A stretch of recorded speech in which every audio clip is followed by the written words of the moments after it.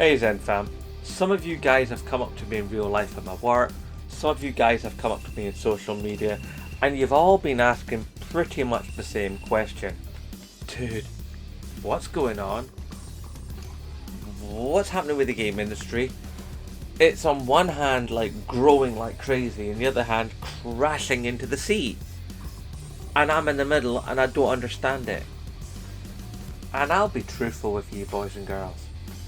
As someone that's been covering gaming on YouTube for over a decade, and someone that's loved gaming since he was 7, and I'm pushing 50, I don't understand what the gaming industry is doing right now. It's completely schizo. I mean, you got Microsoft who go around and they go and buy all the big stuff, and then they get that big stuff, and then they close large portions of it down, and some portions of it they completely obliterate. They go, yeah, we're closing this studio, we're closing this studio, we're closing this studio, and these studios were reducing the staff, these games were stopping. And I'm like, but they make video games. You bought these companies because they make video games, and you bought these video games so then you could sell them exclusively on your platform to make money. But if the games don't exist, how do you make the money? And these decisions are all basically driven by Microsoft itself, because this is Xbox and this is Microsoft. Xbox is a teeny tiny part of what Microsoft is. Xbox is basically what gave Microsoft the money, the $70 billion more or less, to go and buy all that stuff, the Activision, the Blizzard, the Bethesda, all that malarkey and more. They funded that. And now Microsoft is going, well, we need to see a return on that funding. But the return on that funding comes from the sale of video games. But the sale of video games is hampered itself by Microsoft because of their obsession with Game Pass. Now, Game Pass is a great deal, at least for now, for the average Xbox video game consumer, because they spend an amount of money either per month or on a yearly subscription, and they get large amounts of games, mostly day one, of brand new releases that would typically cost, if they bought them individually, like 50, 60, 70 quid a pop. And they're spending this amount of money, you know, on an average for all the games. And that's amazing. And Sony obviously can't do that because they don't have the financial backing that Xbox do because of Big Daddy Microsoft. But Microsoft has gone, well, we're not seeing a big enough return, so we're going to shut down some stuff and slimline the operation. But they slimline the operation to the point where games can't get made, and if games can't get made, then they're not selling the games. If they're not selling the games, then they're not making the money. I mean, I'm sorry, Microsoft, could you explain this to me like I'm 5? How are you going to make money when you're not got the products to sell to make the money? I just don't get it. And then, like, Phil is going, well, we're going to start putting our games on PlayStation platforms. That's nice, okay, so you're going to get some additional sales from that, because some PlayStation gamers like me, there's a bunch of games would have loved to have played, but we can only afford one system, or we only have enough HDMI ports in the back of our telly for one system. And it'd be nice to actually be able to play those games, and also considering that I can't get down with offset sticks, I like my symmetrical sticks. Nothing against the Xbox controller, it's a very well made, very competent bit of equipment. I just like symmetrical sticks, that's just how my brain works. But then by saying, okay, we're going to have that, so guys like me go, well, all these years I've been saying I've made my bed and I'll lie in it, and I'll recognise that I can't get to play Xbox games because I have a PlayStation. Oh cool, I'm going to get to play all these extra cool games that I never got to play before. And by what I'm hearing, apparently when they run on PlayStation, they actually run better When? But then I hear about how Microsoft are talking about they might not make a next generation system. There might not be another generation of Xbox home system. And if there isn't going to be another generation of Xbox home system, does that then mean that Sony is going to sit back and go, well, we can put out a PlayStation 6 and we won't have to try as hard. It'll just have to be a wee bit stronger than a PlayStation 5 and we can coast. Or is it going to be the case that Nintendo is going to go, hey, hang on a minute, we used to be the number 2 player back in the Sega Nintendo days. Are we going to be the number 2 player again? Do we need to raise our game? Can we now fight effectively in the console wars anew? Because there won't be an Xbox. It'll just be us and PlayStation. It'll be like the old days when it was us and Sega. And maybe we can ride to victory because we have the lineage. We have the time in the industry. We've been here, since the 80s making games. And if that's the case, does that mean that like Nintendo's next system, maybe not the Switch 2 or whatever it's going to be, maybe the one after that will be the one that goes, oh, hold on to your hats, boys and girls, because we're going to release this Uber system that's not just for kids, it's for adult hardcore gamers too. And when they do that, then the whole thing is just going to explode. It's a possibility.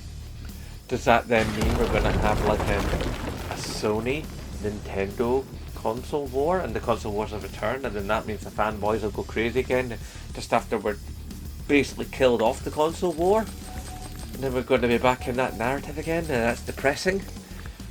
Oh god, it's just like I just can't tell what's going on. I can't see a clear path for the future for how it's going, because as I said, on one half the games industry just seems to be exploding because so many companies are coming out with aggressive microtransactions and funding models and gambling models, and some companies are talking about putting ads in games and basically destroying the fabric of gaming because they're making it not fun. They're turning it into grind festivals.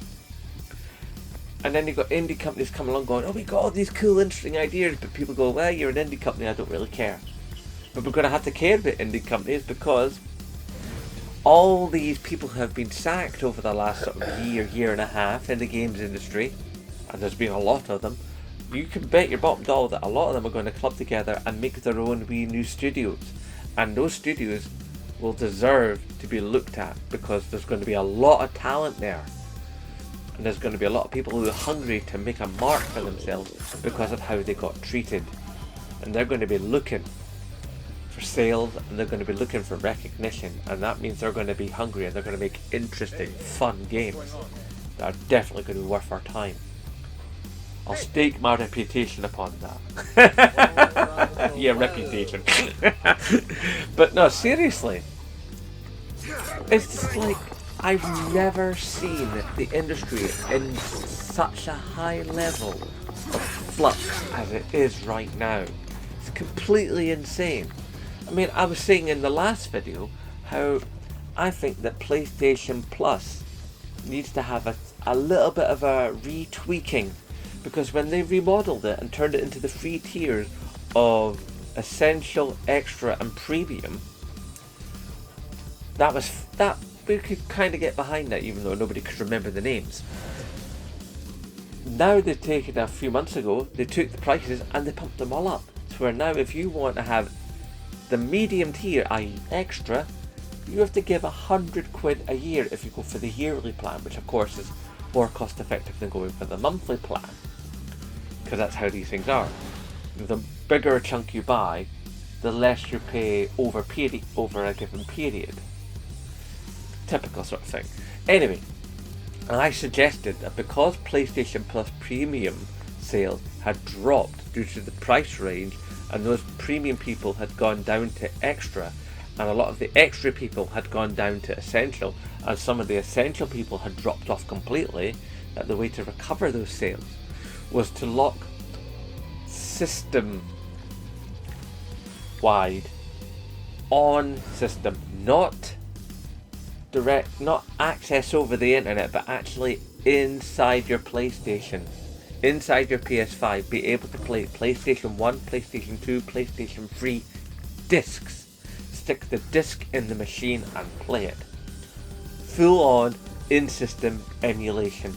Put that behind the paywall of PlayStation Plus Premium, because that is something that is going to need development funds from the PlayStation bods who are already working on PS2 native emulation, which apparently they've been doing for a wee bit, but the best they've been able to do is get like 15, maybe 20 frames per second on PS2 games running on a PS5, which is crazy considering the power of the PS5.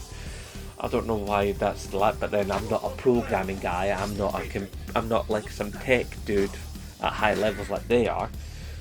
But the enthusiast market, often referred to as hackers, apparently have gotten PlayStation 3 games playing on PCs and stuff. And given that games consoles are basically just PCs, they're just uber specialized PCs, then it seems to me that you get these enthusiasts, you get these Sony engineers, and you put them together in one team, and you combine the brains, and you release the games. And if you can come out on a PlayStation showcase and go, we at PlayStation have cracked the code. If you buy PlayStation Plus Premium, you will be able to go out there and buy the old games from the first 3 systems and stick them into the disk drive of your PlayStation 5, which will also increase the sales of PlayStation 5 Slim model disc or separate disk drive units, and it'll include, while also increasing the sales potential of PlayStation Plus Premium for people who want to play these older games. It just all makes sense. So Sony, do that, and then once you've got that rolling, then you can start doing things like, apparently you've been talking about doing a new version of the PSP that's basically a portable PlayStation 4. If that's the case, then that is seismic, because I suggested quite some time ago on this channel that is what you need to do, is make a portable PS4 digital only, so then you get to resell a lot of the PlayStation 4 library and have it available on a handheld portable system with good memory, good screen. I mean, it's just complete and utter win territory. And if you can get those things running, then once you've got that sorted out and you have good relations between your 2 CEOs that deal one with the hardware now and one with the software, and they can make all these things come together, then surely you can finally sort out the mess that has basically become your mishandling thus far of PlayStation VR 2. Because the PSVR 2 is an awesome bit of kit, and I really like it. I wish I could own one. I'm skint, but I've used my mate's Dave's one and it is fantastic. But you are not giving it the software support it deserves. So if you could give it the software support it deserves, and maybe take my idea from a few videos ago about how to have the immersion of weapons and in-game equipment by utilizing the inside-out tracking, then you would have all kinds of win. And you're going to need all these kinds of win if my original idea about Microsoft basically dropping out of being a system maker and just becoming a game producer and basically just being a publishing house, and Nintendo coming back up to be the big competitor, to then have the Sega Nintendo rivalry come back to basically being Nintendo Sony. And if that happens, you're going to need that kind of catalogue and that kind of equipment flexibility and that kind of deep dive into your massive library that Nintendo is going to be able to bring with their next sort of leg of their evolution. If they've come up to that level, they have considering the back catalogue that Nintendo have, if they utilise that back catalogue effectively with a super powerful system developed for now times, in that respect, gaming could become the most awesome it's ever been. I mean, these are all just off the cuff thoughts. This is just me, just, pipe dream. But it's all technically possible. So typey down below and let Envelope know what you think, because wow, there is some really crazy times ahead, and there's some really stupid moves being made right now. But obviously I'd love your thoughts, and obviously I'd like you to hashtag support Scottish YouTubers, and of course, as always, nae bother.